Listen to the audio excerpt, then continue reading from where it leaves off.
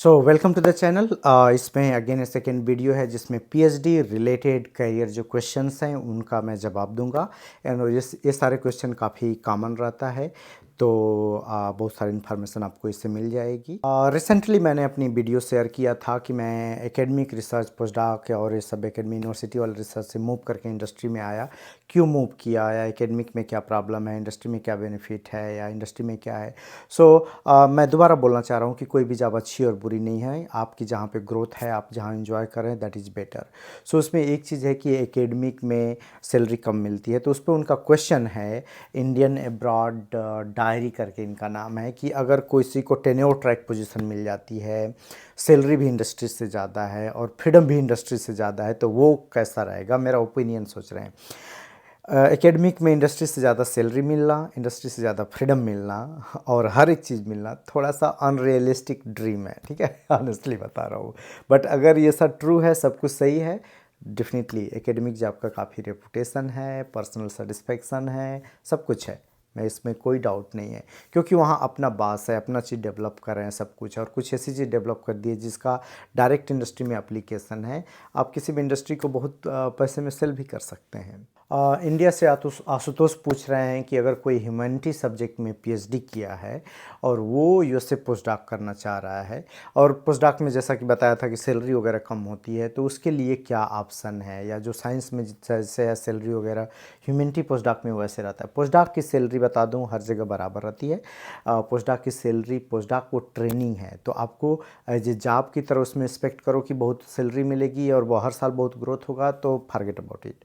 वो ट्रेनिंग है, training complete करके कोई परमानेंट जॉब लीजिए।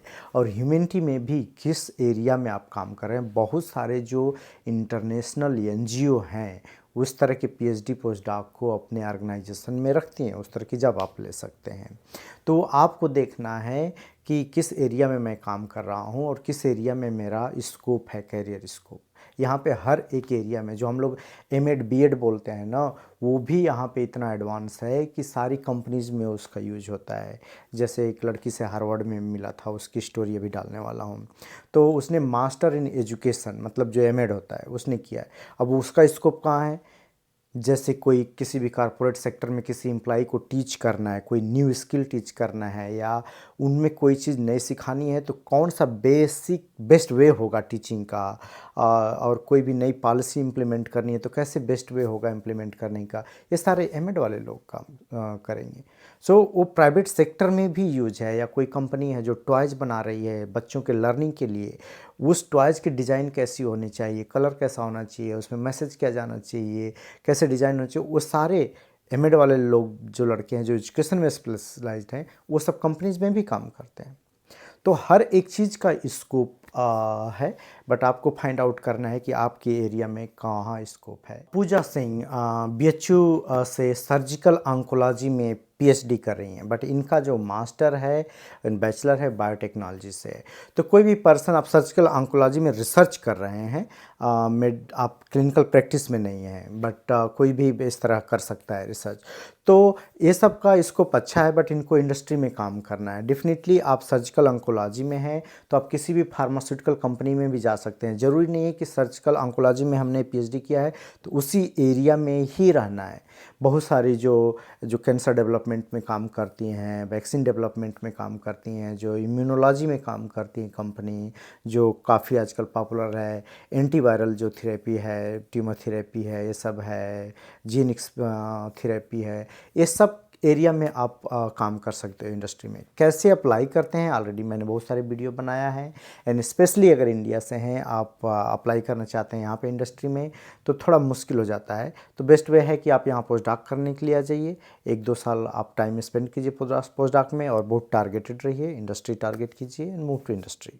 डॉक्टर संदेश, आई थिंक ये ऑलरेडी यूएसए में पोस्टडॉक कर रहे हैं, तो वो बोल रहे हैं कि कैसे स्पॉन्सर फाइंड करना है इंडस्ट्री में। स्पॉन्सर इन द सेंस कि यहाँ पे जिसको भी इंडस्ट्री में मूव करना है तो उसके पास या तो ग्रीन कार्ड रहना चाहिए, सिटीजनशिप रहना चाहिए, या तो H1 वीज़ा के लिए स्पॉन्सर होना चाहिए, या O1 वीज़ा के लिए स्पॉन्सर होना चाहिए। तो इसको कैसे फाइंड आउट करेंगे? तो ऑलरेडी हमने O1 वीज़ा, H1 वीज़ा इस पे बनाया हुआ है कि कैसे फाइंड आउट कर सकते हो, उसमें भी मेंशन किया हुआ है। दोबारा बता दें, आप लिंक्डइन के थ्रू टारगेट करो और जिस एरिया में जॉब निकल रही है जिसमें आपकी रियली गुड एक्सपर्टीज है, आप रियली कॉन्फिडेंट हो कि ये मेरी एक्सपर्टीज है, उसमें अप्लाई करो। उस कंपनी के लोगों को लिंक्डइन फाइंड करो, उनको मैसेज करो और उनको बोलो कि आप हमें O1 स्पॉन्सर करोगे तो I can join it any like salary right now. आप ऑफ़र दो, पहले एक बार ज्वाइन कर लो, फिर इसके बाद आप मूव कर सकते हो। तो sponsor, O1 sponsor, H1 sponsor industry के लिए फाइंड करना थोड़ा डिफ़िकल्ट है, बट ऐसा भी नहीं है कि लोग फाइंड नहीं करते, बहुत सारे लोग मूव कर रहे हैं O1 पे भी। आप छोटी कंपनी टारगेट करो और स्पेसिफिकली वो सारी जॉब में अप्लाई करो जिसमें आपकी एक्सपर्टीज रियली रियली अच्छा है। तो कई बार उनको लगता है कि यार ये पर्सन ना बहुत एक्सपर्ट है, इसको हायर कर लेना चाहिए, तो वो लोग टाइम स्पेंड करते हैं स्पॉन्सर करने के लिए। दूसरा क्वेश्चन उनका नोरी है कि नोरी कब अप्लाई करना चाहिए। ये वीज़ा रिलेटेड क्वेश्चन को करियर रिलेटेड क्वेश्चन में मिक्स नहीं करते हैं, इसको किसी और वीडियो में रिस्पांस देंगे। अंजलि सोनी का क्वेश्चन है कि sir I got 3 post doc position, कौन सी चूज करूँ? वेरी वेरी कॉन्ग्रेचुलेसन, किसी को एक नहीं मिल रही है, आपको 3 मिली हुई है, बहुत अच्छी चीज़ है। कैसे डिसाइड करें, ये हम लोग को लॉन्ग टर्म गोल सोच के डिसाइड करना चाहिए। कहाँ पे अभी करंट में पैसा मिल रहा है उसके हिसाब से नहीं, कई बार हम लोग डिसाइड करते हैं उसके बेसिस पे, क्योंकि हमारा पीछे फैमिली जो है उसको अभी किस चीज़ की ज़रूरत है वो भी बहुत इंपॉर्टेंट होता है। बट कहाँ से पब्लिकेशन अच्छा आ रहा है, उस PI का के लैब का कल्चर क्या है, क्या वो रियली प्रमोट करते हैं या जस्ट काम लेते हैं, फाइनली आपको लॉन्ग टर्म में सेटल कहाँ होना है।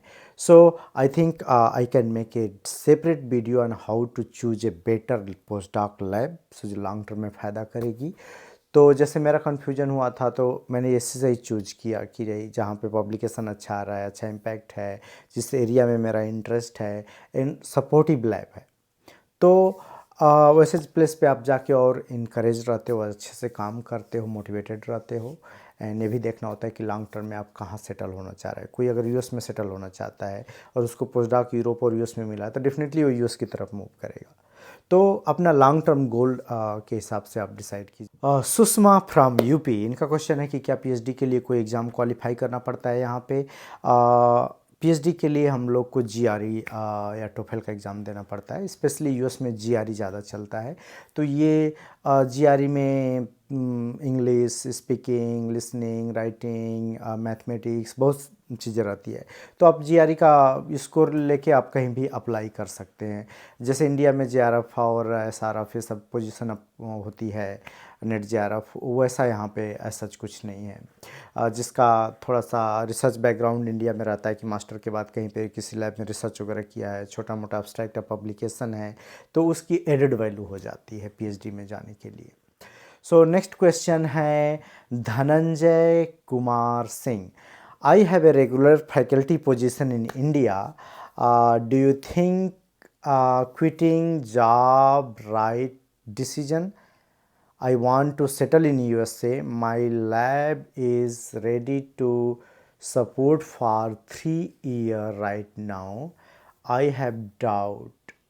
I have about 700 citation. Okay, so multiple question है इनका।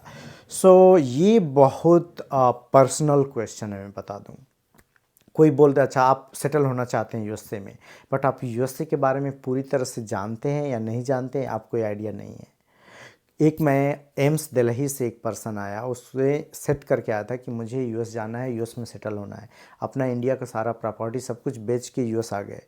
US में 2-3 साल स्पेंड किया, बोला कि नहीं मैं US में कभी नहीं रहूँगा, और छोड़ के चले गए, जाके फिर वापस एम्स में ज्वाइन किया।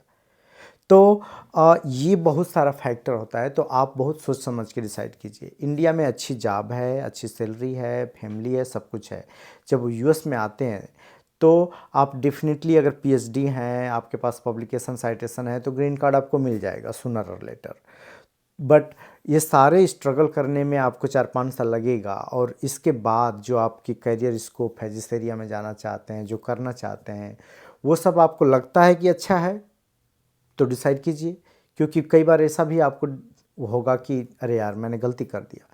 तो मैं बोलूँगा कि आप रियली अगर यहाँ आना चाहते हैं तो बेटर है कि आप वहाँ से सबेटिकल ले लीजिए अपने जॉब से, 1-2 साल यहाँ पे आइए, देखिए, रहिए, and if you like it green card apply कीजिए और फिर इसके बाद फैमिली को बुला लीजिए। नेक्स्ट क्वेश्चन है, इनका नाम नहीं पता चल रहा है, कि पीएचडी माइक्रोबियल बायोटेक्नोलॉजी से पीएचडी कंप्लीट किया है रिसेंटली एंड कंटिन्यूसली बाहर इंडस्ट्री में और पोस्ट डॉक के लिए अप्लाई कर रहे हैं, बट कोई रिस्पांस नहीं आ रहा है।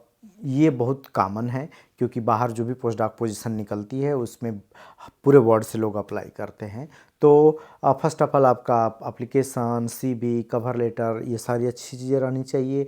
प्लस जिस प्रोफेसर को अप्रोच कर रहे हैं उसको कैसे लिख रहे हैं, कहाँ पे अप्रोच कर रहे हैं, राइट प्रोफेसर को अप्रोच कर रहे हैं या नहीं, ये सब भी मैटर करता है। और इंडिया से यूएसए में स्पेशली आप इंडस्ट्री में अप्लाई करना बहुत ही गड़बड़ है। हम लोग को पता नहीं चलता है, बट हम लोग डालते रहते हैं एप्लीकेशन, वो एप्लीकेशन को लोग नहीं चेक करते। जैसे लगता हो ये इंडिया में पर्सन है, इसको वीज़ा चाहिए, उसको कोई इंटरटेन नहीं करता है। तो अगर कोई पर्सन यहाँ पे है उसको इंटरटेन करते हैं, इसके पास कोई वीज़ा है तो इंटरटेन करते हैं, बट इंडिया से अप्लाई करना बड़ा मुश्किल होता है। तो नेटवर्किंग बहुत अच्छा यूज है। आपके सीनियर्स, आपकी एरिया में लोग लिंक्डइन पे हैं, उनको अप्रोच कीजिए। चारों तरफ से कॉन्फ्रेंसेस में की वेबसाइट को चेक कीजिए जो आपकी एरिया में है। तो आपको बहुत सारा एफर्ट लगाना पड़ेगा, पर डेफिनेटली मिलना चाहिए अगर आपका अच्छा अप्रोच है तो। हेमलता जी का क्वेश्चन है कि नॉन स्टेम एरिया में पोस्ट डॉक की क्या अपॉर्चुनिटी है। यस, नॉन स्टेम जैसे आप सोशल साइंस में हो, ह्यूमैनिटी में हो, या फिर एजुकेशन में हो, ये सब भी एरिया में पोस्ट डॉक के ऑप्शंस हैं। कम ऑप्शन है बट हैं। तो वो तो अब कैसे फाइंड करना है वो भी मैं एक वीडियो बनाया हूँ, how to find the post doc. Research article देखने का, वेबसाइट देखने का, किस किस एरिया में लोग कहाँ कहाँ से काम करते हैं, उनको ईमेल लिखने का। बट ऑप्शंस हैं, कम ऑप्शन है as compared to science and technology. Sagarika Devroy, उनका क्वेश्चन है कि क्या मैं ऑस्ट्रेलिया पोस्ट डॉक के लिए जाती हूँ तो हमारा हस्बैंड भी आ सकता है। भाई, हस्बैंड और बच्चा अंडर 18 हर जगह ये फैमिली काउंट होती है। एक पर्सन जाएगा, हस्बैंड या वाइफ, तो उसका डिपेंडेंट कोई भी वहाँ पे जा सकता है। फैमिली को हर जगह अलाउड होता है, आप किसी भी जॉब पे हों। ये आपको देखना है कि आप अपनी फैमिली को सपोर्ट कर पाएंगे उस फेलोशिप में, उस सैलरी में या नहीं, बट अलाउड हर जगह होता है। भैया Wolf Zotic, I don't know Wolf Exotic या वोल्फ जोटिक, जिनका क्वेश्चन है कि क्या हम मास्टर इंडिया से किए हैं तो पीएचडी यूएसए में करके वहाँ जॉब कर सकते हैं। यस, आप कर सकते हैं। मास्टर और पीएचडी भी वहाँ से किए हैं और यूएस आ गए हैं पोस्ट डॉक करने, यहाँ भी इंडस्ट्री में जाके जॉब कर सकते हैं। तो कोई रिस्ट्रिक्शन नहीं है। आप यहाँ पीएचडी कर रहे हैं तो यहाँ की इंडस्ट्री आपको ज़्यादा प्रेफरेंस देती है क्योंकि आपके पास ओपीटी वीज़ा है, प्लस आप यहाँ की यूनिवर्सिटी से किए हैं तो बाय डिफ़ॉल्ट लोग ट्रस्ट करते हैं कि वो इसका एटलीस्ट बेसिक जो नॉलेज है पीएचडी का वो ठीक ठाक होगा।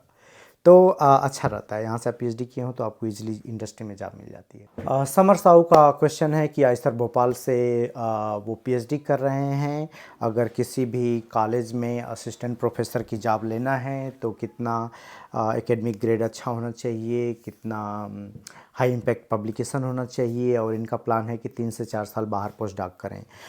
डेफिनेटली अगर आपको इंडिया में अच्छी जगह पर पोजीशन लेना है, बाहर से 3-4 साल पोस्ट डॉक कर लेते हैं तो अच्छा रहता है। बट आप बहुत फोकस होके, गोल ओरिएंटेड होके कि नहीं हमको इस लेवल का पब्लिकेशन डालना है, और आप पब्लिकेशन निकाल लेते हैं 8-10 तो डेफिनेटली हो जाता है। बट जैसा कि पता है कि इंडिया में नंबर ऑफ़ पीएचडी बहुत प्रोड्यूस हो रहे हैं, but number of PhD job बहुत कम है।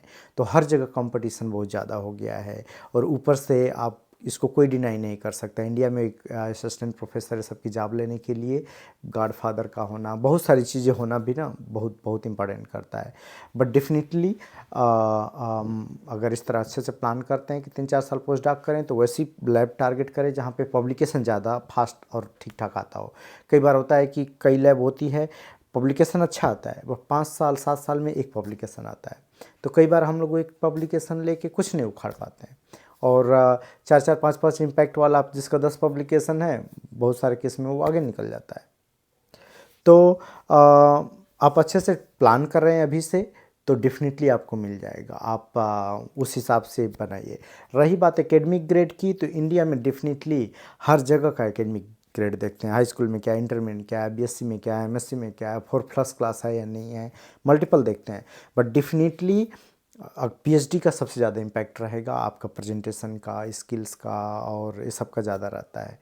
बट असिस्टेंट प्रोफेसर के लिए जो यूजीसी का जो स्कोरिंग गाइडलाइन के हिसाब से बनाते हैं, आई थिंक उसमें हर एक चीज़ जुड़ता है। आशुतोष अभिषेक, इनका है कि इनके पास बीडीएस और एमपीएच डिग्री है और ये पीएचडी पब्लिक हेल्थ में करना चाहते हैं। उसके बाद क्या यूएस से जॉन हॉपकिंस में आ सकते हैं। आप बीडीएस से एमपीएच किए हैं, आप जॉन हॉपकिंस का जो Bloomberg school of public health है वहाँ पीएचडी करने के लिए आइए, बहुत फेमस प्लेस है। आप इंडिया से भी पीएचडी करके यहाँ पे पोस्ट डॉक के लिए आ सकते हैं। तो भाई आपके पास अच्छा पब्लिकेशन है, अच्छा नॉलेज है, तो डेफिनेटली यूएस तो यही काम करता है कि बाहर से अच्छे अच्छे लोगों को बुला लेता है, अपने पास रख लेता है, जाने नहीं देता है। तो या डेफिनेटली आप आ सकते हैं। पब्लिक हेल्थ में तो काफ़ी डिमांड है, स्पेशली जॉन हॉपकिंस का जो पब्लिक हेल्थ डिपार्टमेंट है स्कूल, वो बहुत फेमस है। द नेक्स्ट क्वेश्चन है कि expected salary in India pharma industry after PhD. So definitely Indian pharma में फ्रेश के लिए सैलरी उतनी अच्छी नहीं होती है, चाहे पीएचडी करके जाएं या पोस्ट डॉक करके जाएं। बट डेफिनेटली पीएचडी करके जा रहे हैं तो कंपेयर टू मास्टर आपको अच्छा ही सैलरी देते हैं। ऑनेस्टली इस टाइम पे मुझे आइडिया नहीं है वहाँ पे कि पीएचडी को कितना मिलता है, बट इजली मुझे लगता है 50,000 से 60,000 आपको फ्रेश आप पीएचडी हैं तो आपको मिल जाना चाहिए इंडस्ट्री में जॉब।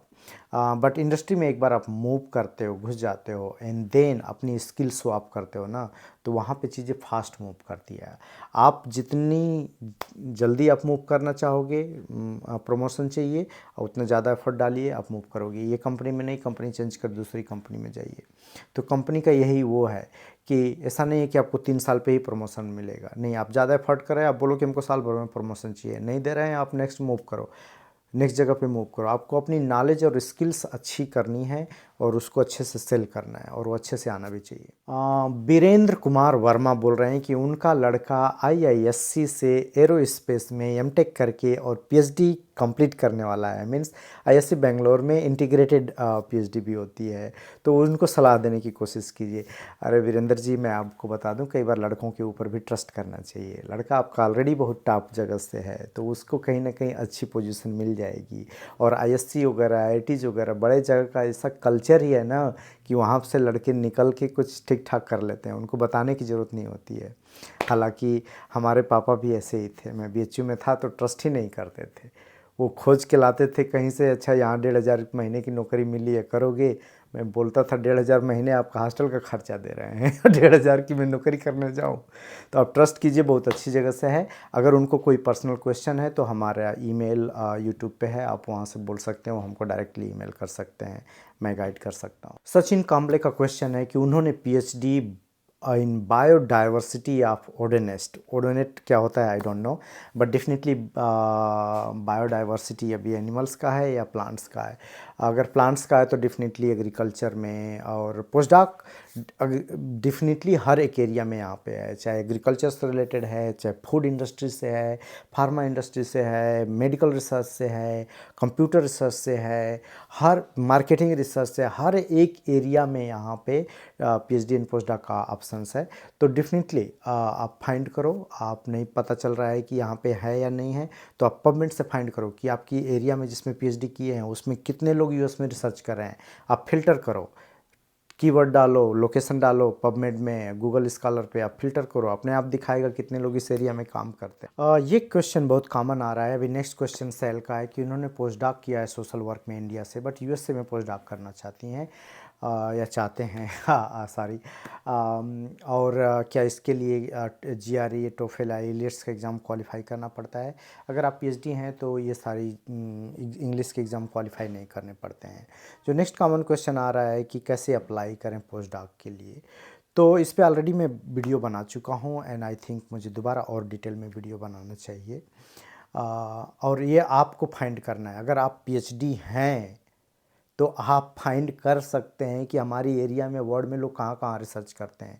अगर एक पीएचडी को भी ये बताना पड़े, स्पून फीडिंग करना पड़े कि अच्छा इस एरिया में कहाँ रिसर्च हो रहा है, कहाँ रिसर्च नहीं हो रहा है, किस वेबसाइट पे है, आजकल के ज़माने में पूछने की ज़रूरत नहीं है। आपके पास chat artificial intelligence related search engines हैं, आप स्पेसिफिक आंसर आपको मिलेगा।